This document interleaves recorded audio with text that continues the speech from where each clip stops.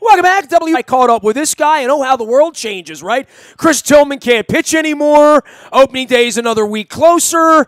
We're doing our Barry Trotz event at Michael's Cafe up in Timonium, and we're inviting everybody out for that. So we got hockey coming down the pike. But it's always football season, is it not, Bill Cole of Cole Roofing? And it's always the windy season around here. So I know you've been up on roofs, including my mom's roof and other commercial roofs here in the area. But while you're on roofs, the Ravens are trying to find wide receivers, buddy. Yeah, it seems like even if they go dormant, all of a sudden they'll come back with a flurry and all of a sudden get my attention span again. So thanks. Well, they got everybody's attention on Wednesday or Tuesday on Facebook into Wednesday, right? Like everyone's an executive general manager of how the Ravens should manage their salary cap. Look, when I started seeing the Allen Robinsons come off at $14-15 million, Jarvis Landry at $16 million, I said to myself, no thanks, I'll wait for the draft. But that's the patient guy in me. That's not the get off my lawn guy in Middle River that wants them to see them sign Moss and Rice, as I pointed out on Twitter Wednesday morning. Sure. No, we need to win now, right? Everybody, we're spoiled around here. There's no rebuild in Ravens land, right? No, longest playoff drought since '96, like when they came. So yeah, I think it's time we go back, and if we go back, clearly we have to win the Super Bowl at the same time. So, yeah. Well, it really does illuminate to me as people line up for opening day tickets 2 weeks from now, which, by the way, here's the secret. There'll be plenty of them available the 3 days before the game. There always are. Go get them. But you buy your season tickets now with the California voice guy who does those commercials I hear on 100.7.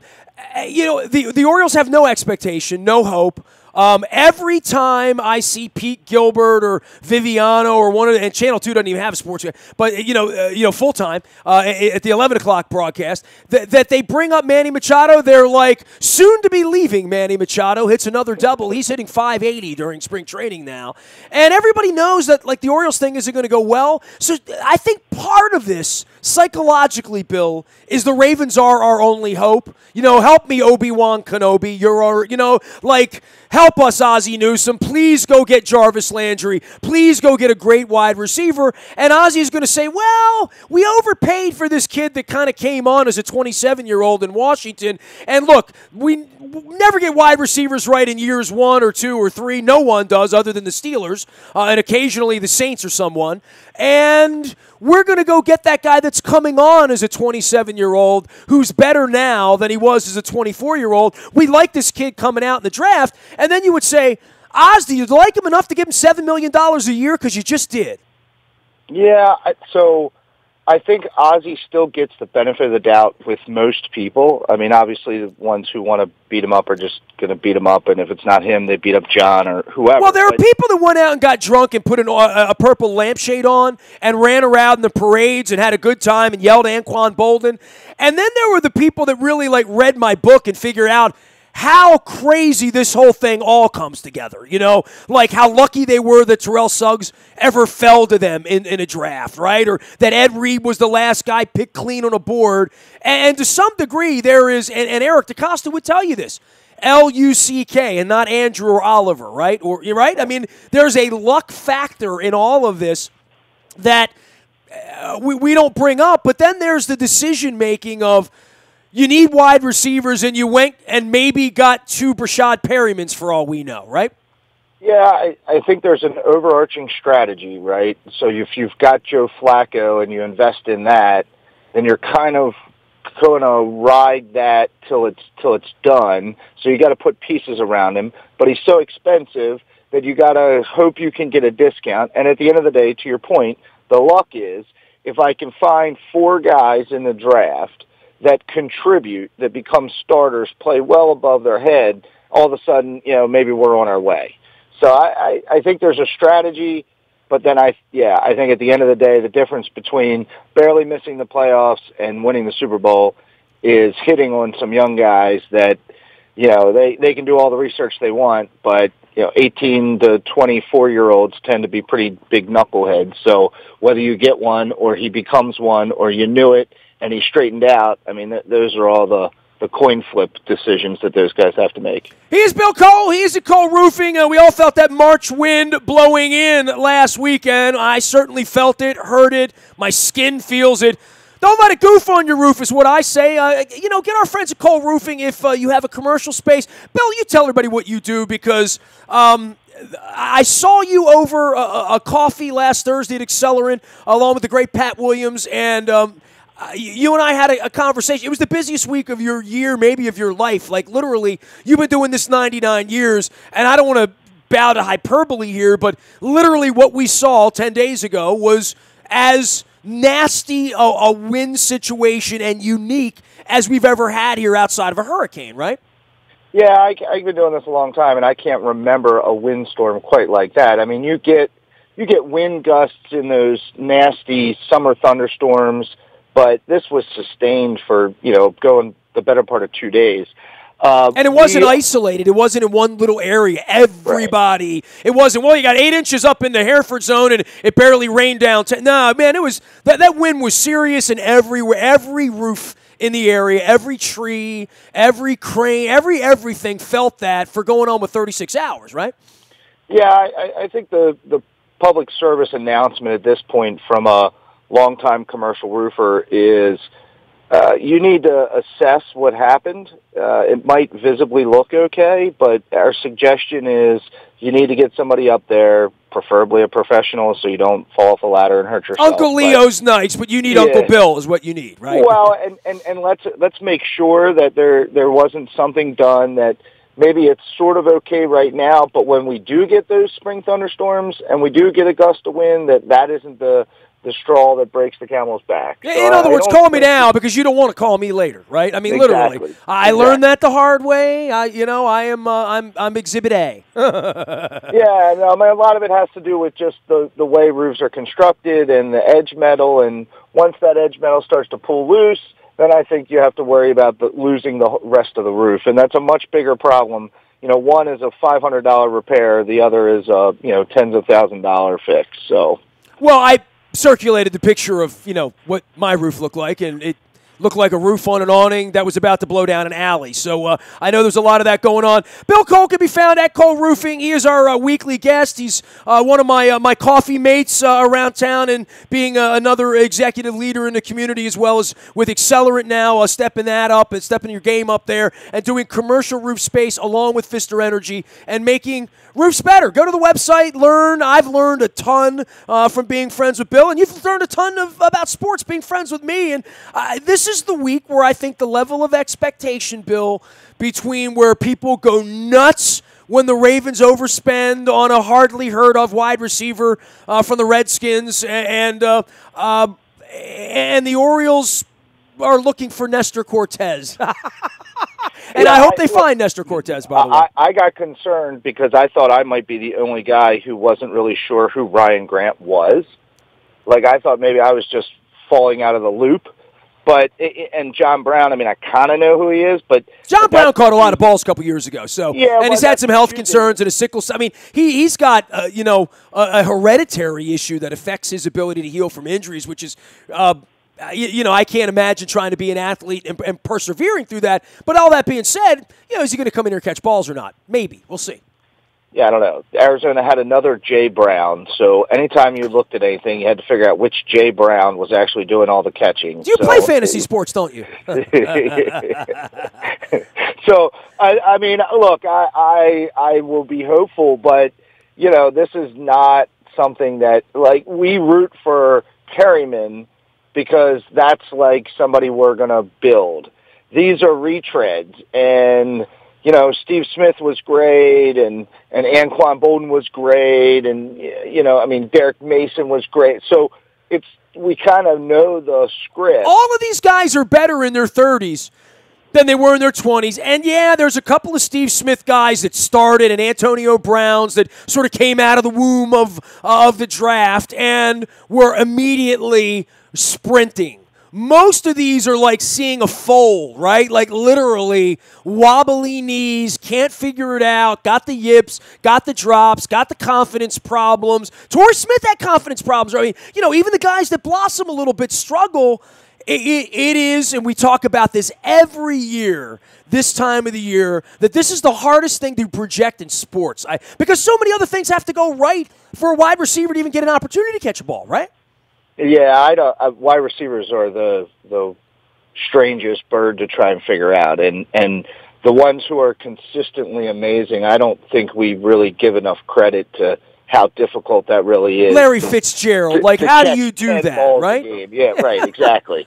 Catch 1,000 yards every year, doesn't matter. I think we undervalue how difficult that is. To your point, the line has to block, the quarterback has to see him, then he's got to throw it. Hopefully the defender falls down or isn't around him and he catches it, and then maybe he runs past or away from everyone else. And maybe Blake Bortles is your quarterback and can't figure out where the hell you are anyway. Right. Yep. That happens all the time, too. I mean, we saw Nick Foles. Why did they win? Well, they won because he threw the ball better. Well, not better than Brady, as well as Brady. And, boy, that's a high bar, right? I mean, how many times you see Brady overthrow or underthrow? 5 times a year. I mean, it's like Michael Jordan missing a shot. Yeah, he missed it, but it rimmed out. You know what I mean? He didn't miss the net. Well, and you've had, through the history of football, you got guys who are like the timing route guys, and then you've got all the run-pass option stuff that's in there now, and guys don't know when it's really their play or not their play, and then they have to break off routes based on blitzes or based on where the safety goes, and I mean, there's 10 times a game they were wide open and nobody saw them, and they're glad to show the quarterback and the OC and the wide receiver and the quarterback's coach the tape on Monday if you're Terrell Owens, and saying, if you just threw the ball to me every other play, we'd win every game, because that's the Rod Tidwell in a lot of these guys, right? Sure, and they have to. I think you want your player to be like that, right? Just like you want your corners to have short memory and have some bravado. And the best thing you can do as a corner is scare everyone to throw it to the other side, and magically you'll be, a Pro Bowler. How many times did Tony Romo get run up and down those sidelines by that maniac in Dallas? And have it allowed, right? Literally, right? I mean, Joe Flacco's had to deal with Derek Mason, Steve Smith. Just go down the line of Mike Wallace. They all want the ball, right? I mean, and then we'll go get open and I'll get you the ball. And then if you don't throw the ball back shoulder perfect, then it's on you or it's on me. I mean, there's so much marriage in that wide receiver quarterback thing that, the Macklin-Flacco thing didn't work out so great. Well, Flacco couldn't move in August, literally, right?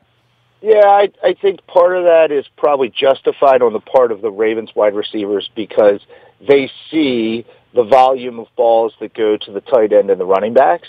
So if I was a wide receiver, I would probably be in Joe's ear too because I'm not sure whether he's completely forgotten about me or whether he's just under duress trying to get rid of it. Yeah, then he'd say, did you see how Hurst blocked on that side over there? And the guy we just brought in from East Bemidji and, our 7th-round center who's trying to figure out how to be a center in Week 5 in London, right? All of that was going on while you were open. Right, which that's the point, right? So you just spent money on some wide receivers. We're all losing 41-0, and nobody's feeling real good today. And 12 of you took a knee, and we got a long flight home. Right. We spent some money on wide receivers, so we don't like to pick. We don't like to draft for needs, right? We take best player available, but can we find the best available lineman? Because we need to do the O line. If and I like O lineman in the draft. I mean, I think that's a high ratio of success when you pick linemen in the draft. I agree with that. I mean, over the course of 20 years, if you give me a top 45, because there aren't a whole lot of top 15s, right? Center, guard, tackle, O-line, those obviously the Hutchinsons and the Stanleys and the Ogdens and those guys that go off the board. You are right. There are a lot more of those names we hear about. The Fanekas 20 years later in Hall of Fame conversations that. You're not hearing about the Harringtons and the Jamarcus Russells and and the Ryan Leafs and all of those names that came off the board, in the same territory. Those guys work out. Here's Bill Cole, Cole Roofing and Pfister Energy. You can find him out at Cole Roofing anytime, anywhere if you've got commercial roofing needs. I want to move on here from Orioles and Ravens and expectations to March Madness. I know this is you're one of your favorite times of the year as well as mine. The UMBC angle, getting them in late on Friday night, is going to be awesome for everybody. We had head coach Ryan Odom on. Go Dogs. I'll be supporting you. I'll be at the Caps game Friday night because I had a previous commitment, but I'll be watching UMBC late into the night down in D.C. We've already made our commitment. And you know, we all get a bracket here. We all get a chance to make a fool of ourselves. And now in the era of modern media, we can all put our brackets out for everyone to see to make a fool of ourselves, right? Right. So I haven't followed exactly, but I overheard some conversations this morning that UMBC's chances of winning have gotten much higher now because one of the Virginia guys may have broken his hand or something. Are you on top of that? Yeah, I mean, everyone is monitoring everything here because it moves the line. I had handicapper Brandon Lang on the other day. He said it's 24, 25 points. He said when it's 30, you're down 30, the other team clears the bench, and everybody's taking threes. Always take the points. That was right. His right. Advice was in these 15s and 2s, always take the 28 and 32 points. Yeah, it was fun to watch UMBC. I was happy for him. Basketball is a much better game when the guy hits the winning shot at the end of the game than if the last 15 seconds end up with a miss and the other team wins. So when the guy drills the shot, that's like the pinnacle of basketball amazingness. Yeah, and, I mean, it was something where we had it on, and my wife is predisposed to support UMBC. They've been sponsors of ours at WNST. We've done a lot with them. We swapped for the Bone Marrow Registry. You know, Pete Coringi's a family member of mine, really, through the years here. And we were sitting on the couch, and it looked like so much fun to be in Burlington, Vermont. Her sister lived in Burlington for a period of time, so that little gym was alive. We had a great experience. One of my favorite modern experiences in Baltimore sports was seeing that UMBC game now 12 years ago, right, or 10 years ago, 08. And, there's video of that up on YouTube, how much fun that was that day down there with Randy. And to see that and to see him dribbling nonchalantly, right, 10 seconds, 9 seconds, 8 seconds, 7 seconds. My wife jumped up off the couch. She's like, shoot the ball, shoot the ball.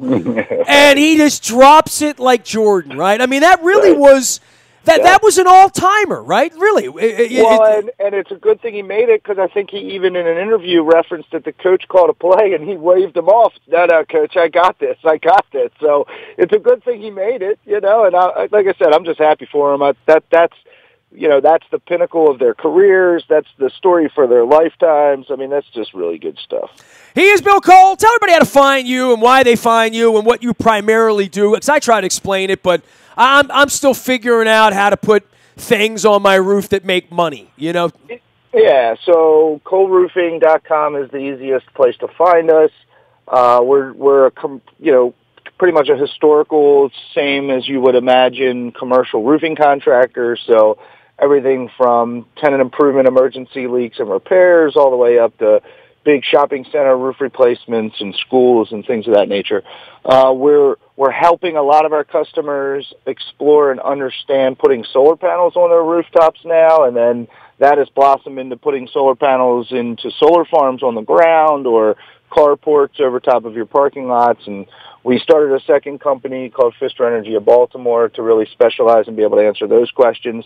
Not everybody wanted to talk about their electricity usage with their roofer, so hey, what happened over in Ocean City with the wind farm thing? You got any intel on that? No, I don't have any intel on that. What I can tell you is that solar is a young industry, and it is fraught with young industry problems, and that's why having a 99-year-old commercial roofing company as our heritage puts us in a unique position to be able to apply good, smart construction methods to a new technology. And it really is a technology, right? It has that sort of price-dropping curve like computers and television. Or VCRs to a guy my age. Yeah, sure. That concept. Or camcorders that now happen on your phone, right? Literally. Right. So the important part of solar is as we move down the path to adoption and everybody starts to understand it better, is that it really is a construction project, and you need to hire someone like you would hire a trusted contractor to get the work done. Cole Roofing does that. So does Pfister Energy. Bill Cole will talk your ear off about the Orioles and the Ravens as well. You going to opening day?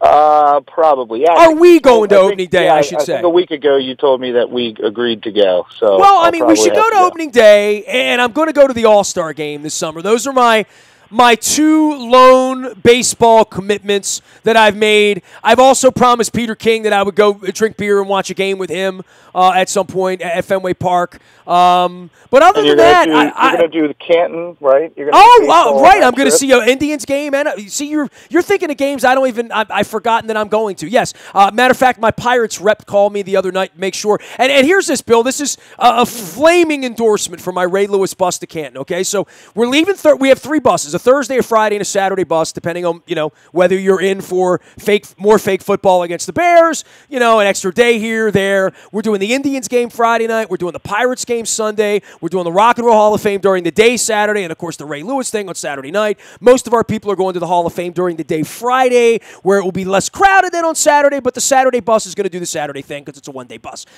But we are all the buses meet in Pittsburgh for the Pirates-Cardinals game on August the 5th.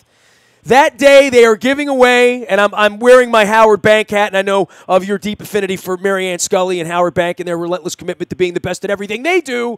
But the hats that day they're giving away are Pittsburgh Pirate hats. So she assured me that this was a premium game on this Sunday and that the tickets weren't $20, they were $22. But she assured me that if we got there early, we'd all get a Pirates hat. And I assured her that there wasn't one person amongst the 130 I've already got signed up that really wants a Pirates hat. I said, but you know what? Every one of us has a Steelers friend that we can give it to. Right, no doubt. Somewhere in the Cole Roofing Pfister Energy family, let me guess, there's a Steelers fan. Oh, yeah, I got two of them. Absolutely. I got two of them. They're like cockroaches. We all got them. We can't get rid of them. We don't know what to do with them. But, so we're all going to get a Pirates hat if you're on my trip. So there's the flaming endorsement for why or why not to go on my Ray Lewis bus. Right. I won't be wearing it. Although I do wear my Clemente stuff from time to time. I do. I find myself – my wife has a Piratas, Piratas. It's 1971, sort of humble Clemente.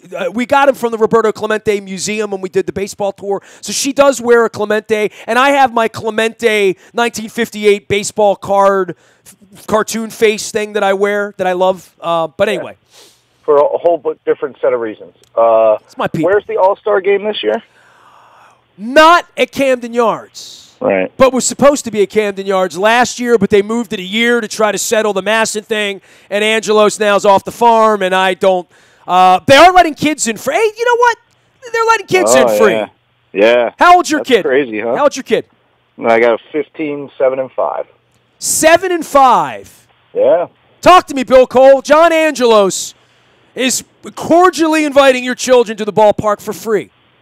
That's interesting. There's a lot of business stuff around free. I was kind of shocked to see that. By the way, when I mentioned this 15 years ago on the radio, it was heresy, right? Like literally. I said back when the ballpark got empty the first time, they ought to just let kids in for $1. They ought to have hot dogs for $1. They ought to build a deck in the outfield. They ought to put some statues up and pay some tribute to Eddie Murray and Earl Weaver while he's still alive. And they might want to put Baltimore on the road journey. Was that our idea? We always know you're right, Nestor. We know that. It just takes 15 years. Right.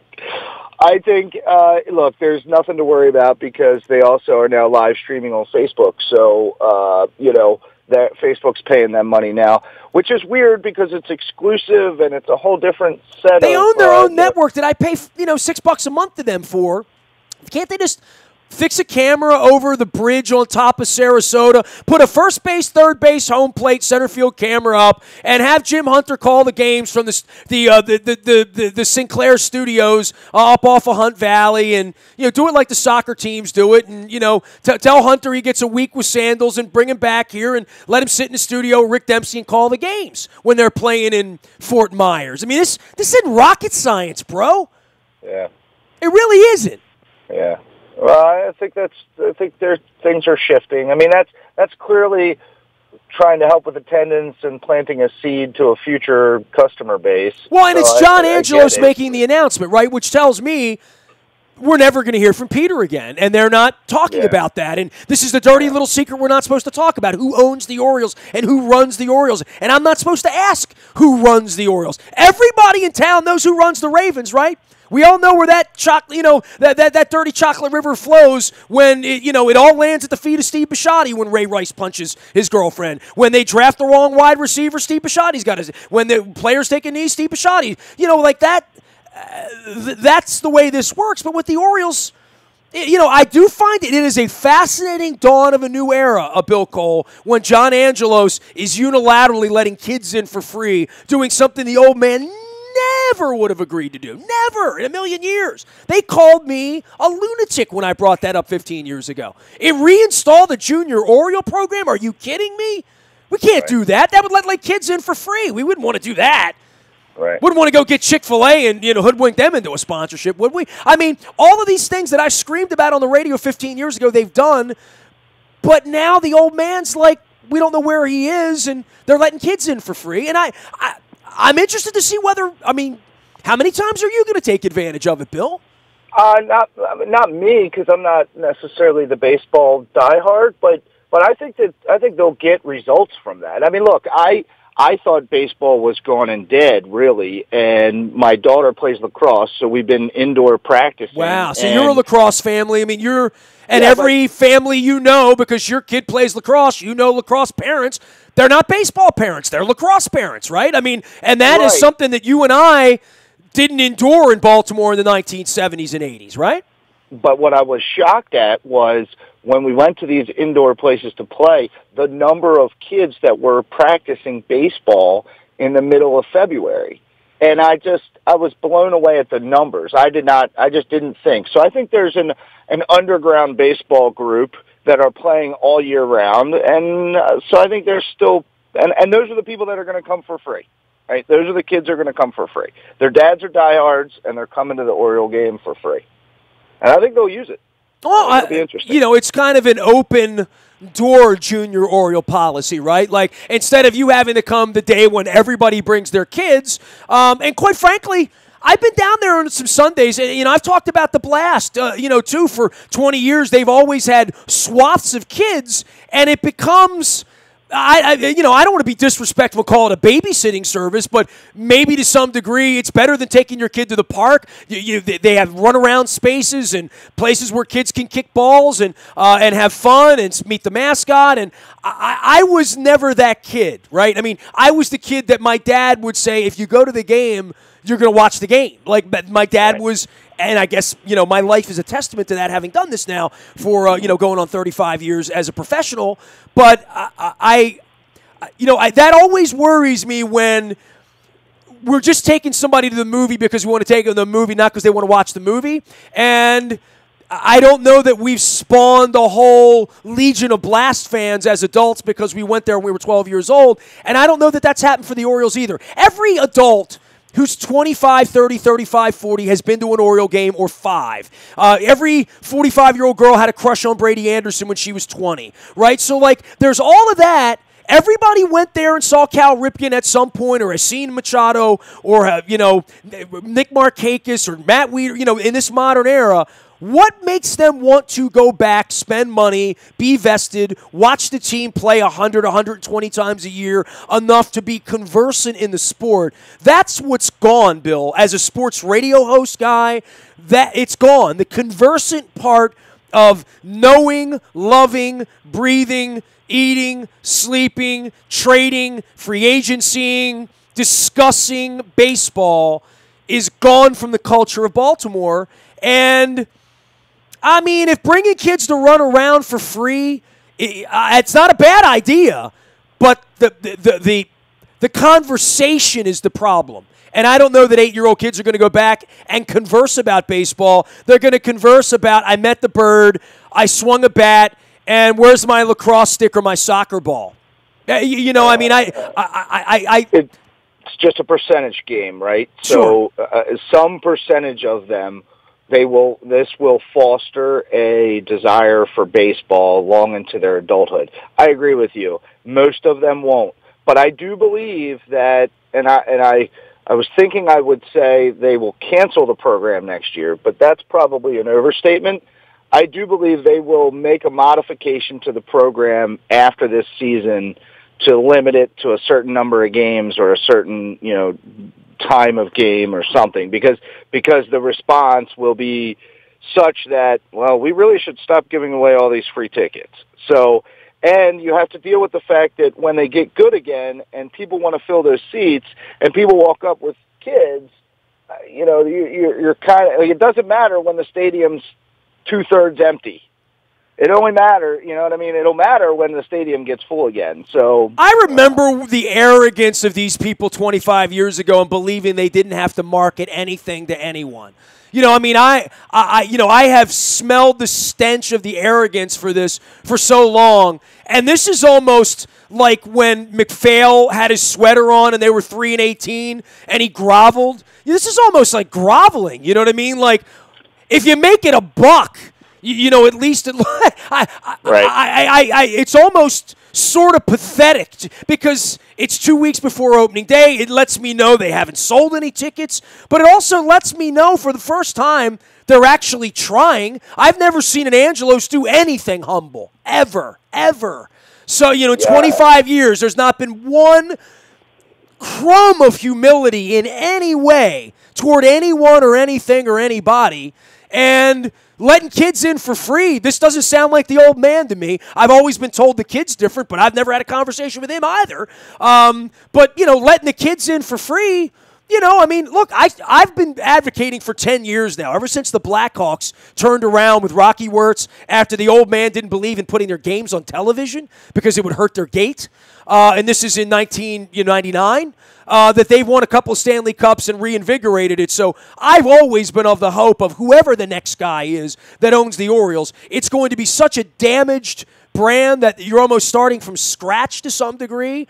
And there's so much litter on the road. I mean, let's be honest. I mean, John is inheriting a $300 million debt service to Major League Baseball and the Nationals. That's a very, very disputed hot button that his old man has fought 15 years for. So, out of the gate, now that Peter is allegedly sort of gone from activity here, and I don't know any nice way to say that, whatever that means, if John's running the place, this is his first act of the next 25 years if he believes they're going to allow him to own the team, and I don't believe they will, and I've been told that they will snatch this team away from the Angelos family relatively quickly over the, in the aftermath of all of this and get an owner they like involved, who won't be Kevin Plank now, by the way. I don't know who that $2 billion person will be.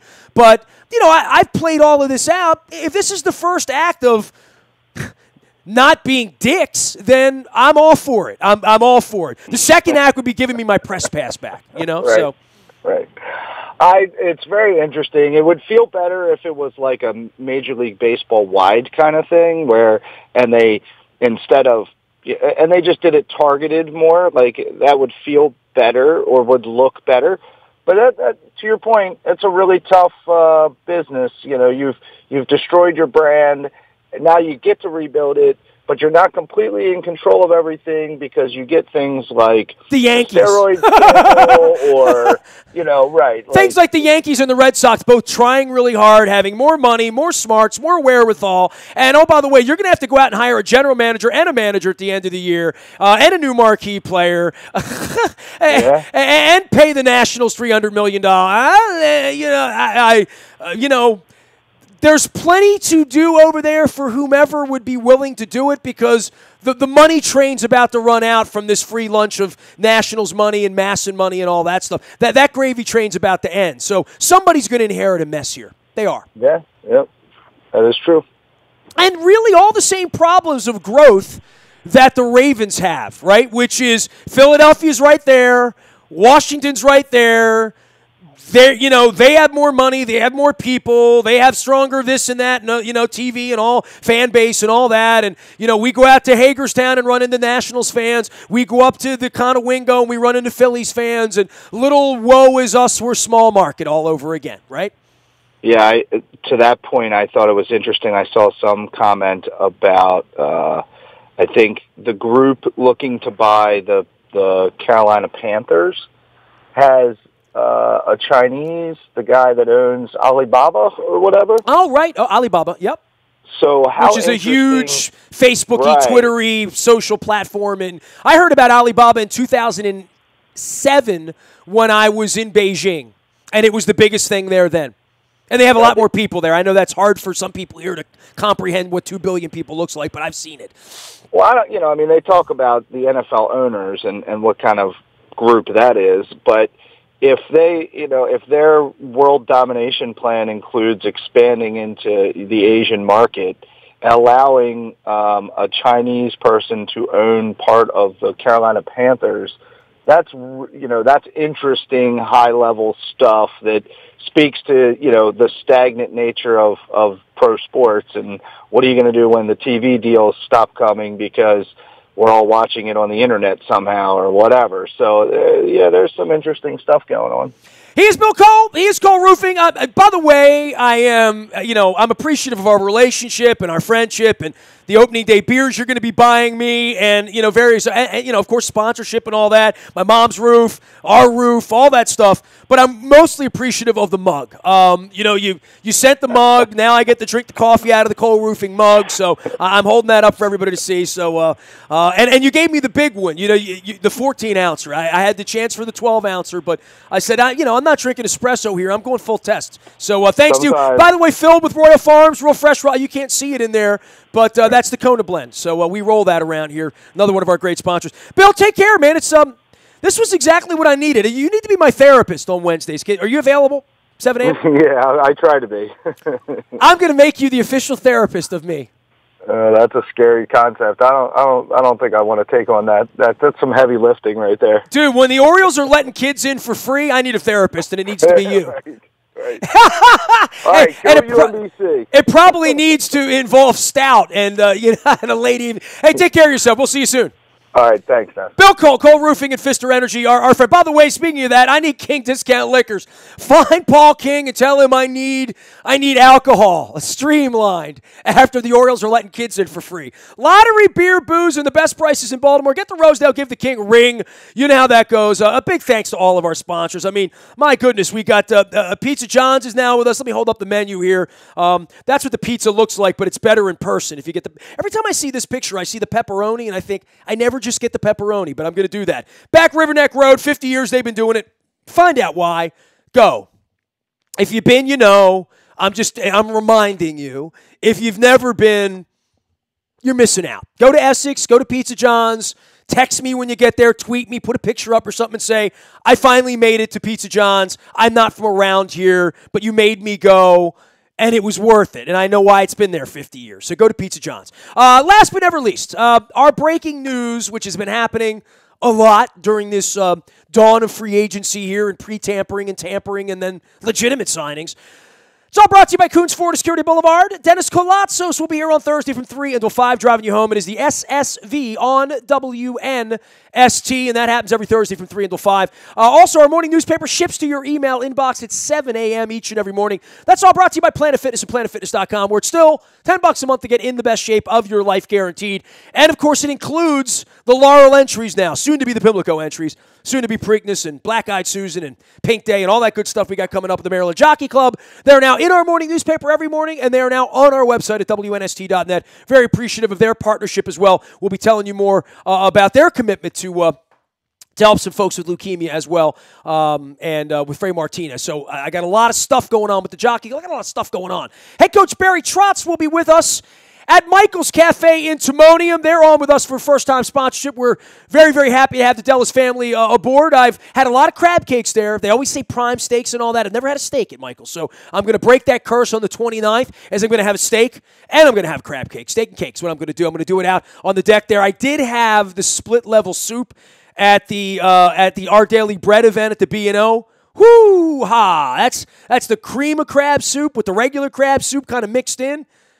It did not sound appealing to me at all, but I had it. It was delicious. I'm going to have it again. on the 29th at Michael's Cafe in Timonium. Head coach Barry Trotz will be swabbing for the Bone Marrow Registry, our annual Get Ready for the Playoffs and Rock Your Red with the Caps. Timonium this time. We've never brought head coach Barry Trotz to Baltimore County, and we're going to be doing that on the 29th, so we hope to see you at Michael's Cafe in Timonium after opening day. So it's that night, Thursday the 29th. I know you're going to say, that's opening day. Yeah, well, it's after opening day, so sober up. Get on out to Timonium, say hello to the Caps and head coach Barry Trotz with us, and get yourself swabbed for the Bone Marrow Registry and for leukemia patients everywhere. Last but never least, we've done a lot of stuff this week. John Feinstein's joined us. Ryan Odom's been with us. Ken Singleton's talked about his retirement with us. It's all in the buyatoyota.com audio vault 24 hours a day from anywhere in the world. So if you missed any of our programming, you can find it there. You can listen live from anywhere in the world by downloading the TuneIn radio app. Big thanks to Jay Pivick and everyone at buyatoyota.com for sponsoring us for 20 years now. Our appreciation to them. Buyatoyota.com and our audio vault, better than ever. I'm Nestor, nasty at WNST.net. Trying to be better than ever. Hard to do these days, but I am getting souped up for opening day and the exit of Manny Machado, psychologically. Nasty at WNST.net, Facebook, Twitter, LinkedIn, Snapchat, Instagram, streaming live on our Facebook, as well as our YouTube WNSTV channel. I'm Nestor. We are WNST.net, AM 1570, and WNST Towson, Baltimore, and we never stop talking Baltimore sports.